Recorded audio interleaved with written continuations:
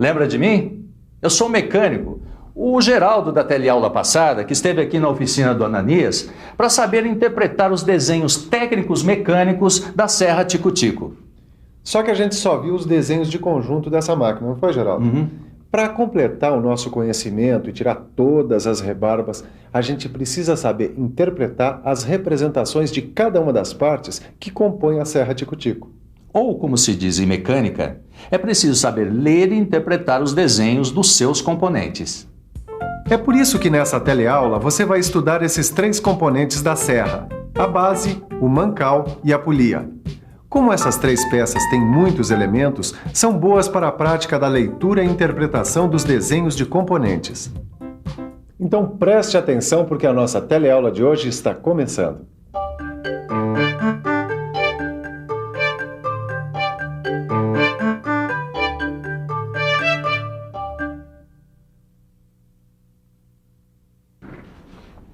Bem, Angela, acho que com esses desenhos aqui que eu fiz, já dá pra gente analisar todos os detalhes dos 3 componentes da Serra Tico-Tico. E essa aqui é a primeira peça que a gente vai ver representada no desenho de componentes. Ela é a base. Dá só uma olhada no desenho que o Miguel fez. Repare que nesse desenho, a base está representada em escala natural, ou seja, 1 por 1 no primeiro diedro. E veja que o material para execução da base é o aço ABNT 1020-1030, com 100 milímetros de diâmetro e 8 milímetros de altura. Agora vamos analisar o desenho da base. A primeira coisa para perceber é que as 2 vistas representadas no desenho da base são a vista frontal e a vista superior. A vista superior está representada em corte. Nela, o corte aplicado foi o corte em desvio. Bom, Caio, como nós já sabemos em qual proporção foi representada a base e quais as características dos materiais que serão utilizados para a sua fabricação, eu acho que com as 2 vistas que representam a peça, a gente pode colocar a mão na massa. Tem razão, Tito. Já podemos partir para a interpretação dos vários elementos da base dessa Serra Tico-Tico. É bom a gente começar logo, que eu preciso devolver esses desenhos amanhã cedo pro Silva. Bom, dá uma olhada aqui, ó. Analisando a vista superior, dá para perceber que a base tem 7 furos. E comparando com as informações da vista frontal, fica bem claro que se trata de furos passantes escariados. Por causa desses escariados, a cabeça do parafuso fica nivelada com a peça. As medidas básicas da peça são diâmetro de 98 milímetros e altura de 6 milímetros. O diâmetro dos furos escariados C é 6 milímetros e 4/10 de milímetro. E o diâmetro dos furos escariados D é de 4 milímetros e 8/10 de milímetros. Dá uma olhada aqui, ó. O diâmetro desse furo escariado D está exatamente com 6 milímetros e 4/10 de milímetros. Exatamente como está no desenho. Antes que você resolva fazer o controle de qualidade na minha Tico-Tico, vem cá, Ananias. Me explica uma coisa que eu não estou entendendo direito aqui na vista frontal. Fala, Geraldo, o que é que você não está entendendo? Eu não estou entendendo o que é isto aqui. Olha, esse é o tamanho dos escariados dos furos C, que é de 11 milímetros e 90 graus. E como é que você sabe que são os furos C? É que esses furos estão com os escariados para baixo. Eles não são visíveis na vista superior, portanto, são representados por essas linhas tracejadas. Ah, acho que entendi. Quer dizer que o tamanho dos escariados dos furos D é 9 milímetros e 90 graus. Bom, Miguel, eu acho que o pessoal já está conseguindo ler direitinho o tamanho dos escariados nos 2 furos diferentes, né? E olha que não é tão simples assim. A gente podia aproveitar e mostrar as cotas de localização destes furos. O Miguel tem razão, olha. Tão importante quanto saber interpretar as medidas de um elemento é conseguir entender direitinho onde ele se localiza na peça. Então vamos lá.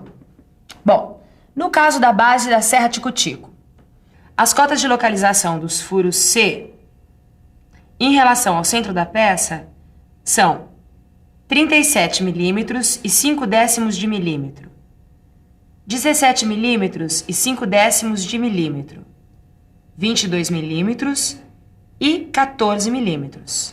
E as cotas de localização dos furos D são 81 milímetros e 120 graus.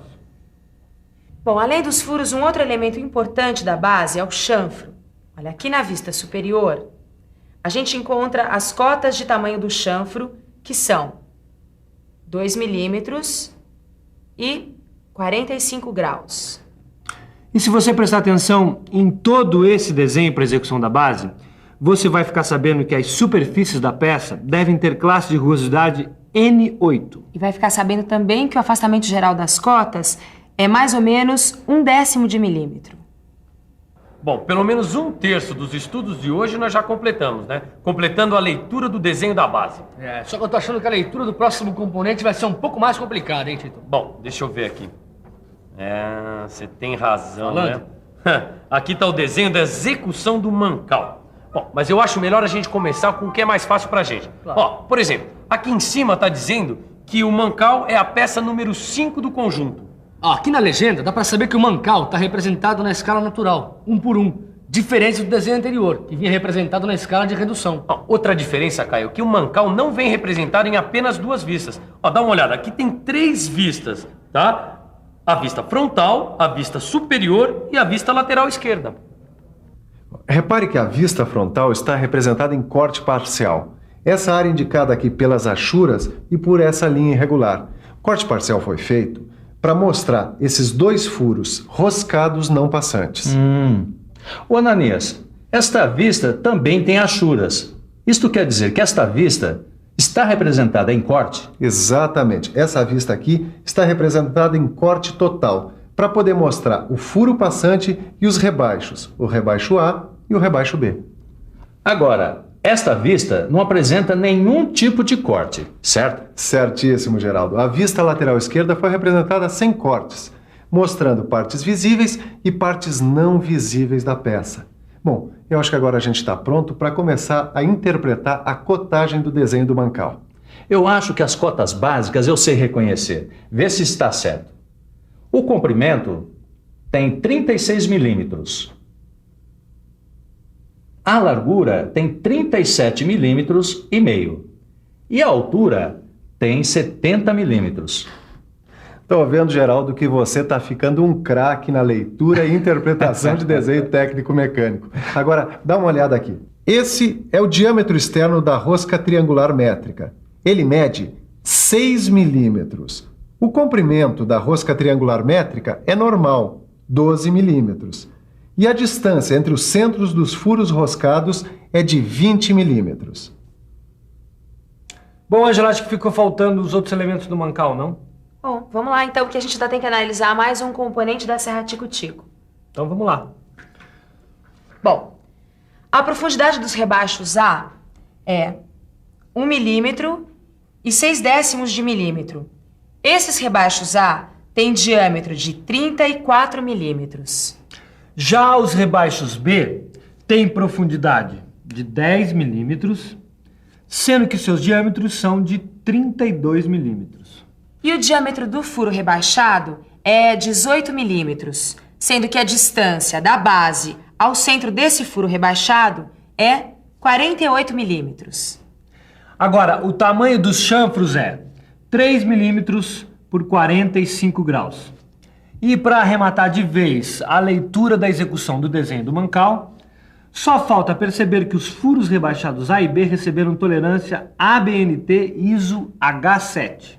Mas o afastamento geral das outras cotas é mais ou menos 1/10 de milímetro.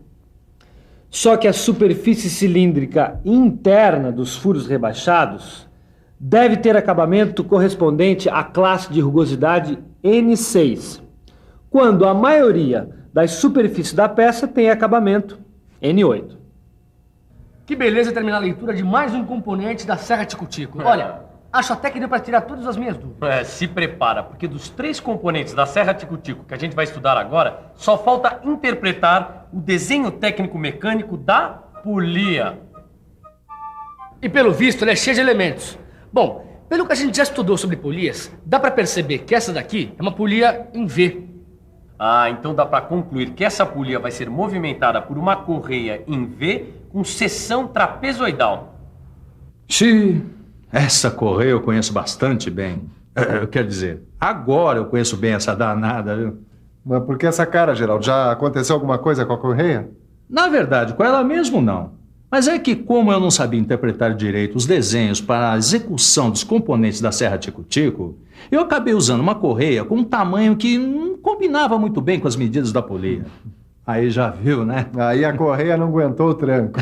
Bom, mas para que isso não aconteça mais, vamos dar uma olhada nessa representação da polia da serra tico-tico, olha. Repara que nesse desenho da polia foi aplicado o corte total. Ela está representada em vista frontal única. Ah, deve ser por isso que sobrou tanta informação para uma vista só. É, realmente, tem muita informação. Mas todas elas são muito importantes para a execução dessa peça. Por exemplo, o desenho nos informa que as superfícies da polia devem ter acabamento N8, N9 e N6. Mas a maioria das superfícies deverá ter acabamento bruto. E como é que você sabe de tudo isso, hein, Ananias? Olha para esse símbolo aqui, ó. A superfície cilíndrica interna do furo terá classe de rugosidade N6. Ih, Miguel, ainda falta interpretar muitos elementos dessa polia. Pois é, a gente ainda nem viu as cotas básicas dessa peça, não? Então vamos lá com isso. Então vamos lá. O diâmetro externo da polia é 105 milímetros e a sua largura 16 milímetros.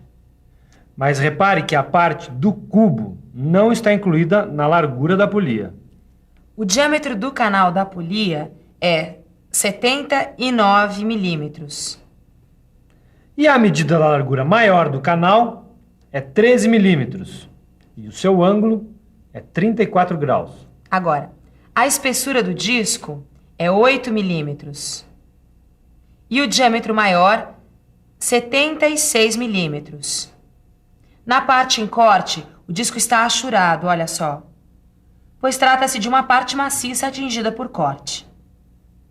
E agora tá faltando pouco para terminar nosso estudo. Pouco é muito pro tiquinho de nada que falta. Mais uns 3 ou 4 elementos e a gente já termina a leitura do desenho da polia. Bom, então vamos logo, né? Se esse aqui é o cubo, o seu comprimento é de 34 milímetros. E o seu diâmetro mede 25 milímetros. Bom, falta ver agora as cotas relacionadas a este elemento A aqui, ó. Seu tamanho é 3 milímetros e 16 milímetros. O seu raio de arredondamento mede 2 milímetros. O diâmetro do furo da polia está aqui desse outro lado, ó, tá vendo? Ele mede 11 milímetros e sua tolerância ABNT ISO é H7. Bom, e agora para terminar, só falta ver que o furo roscado tem uma rosca triangular métrica normal com 6 milímetros de diâmetro externo e sua cota de localização é 6 milímetros. Que maravilha terminar o estudo, hein, Tito? Só que para acabar mesmo, só dando uma boa revisada em tudo que a gente viu hoje. E atenção, se liga aí que é hora da revisão. Na teleaula de hoje, você praticou a leitura dos desenhos de componentes de 3 importantes peças da serra tico-tico. Interpretou os elementos da base, do mancal e da polia. Agora, graças ao Ananias, eu sei interpretar os desenhos da minha tico-tico. Acho que não vou ter mais trabalhos com ela lá na minha oficina. E para que você não tenha nenhum tipo de problema ou dúvida nessa matéria, pegue seu livro de estudos e dê uma boa olhada nos exercícios. Agora, não demore muito, porque na nossa próxima teleaula a gente vai ter mais leitura e interpretação de desenho técnico mecânico. Tchau, pessoal. Até a próxima.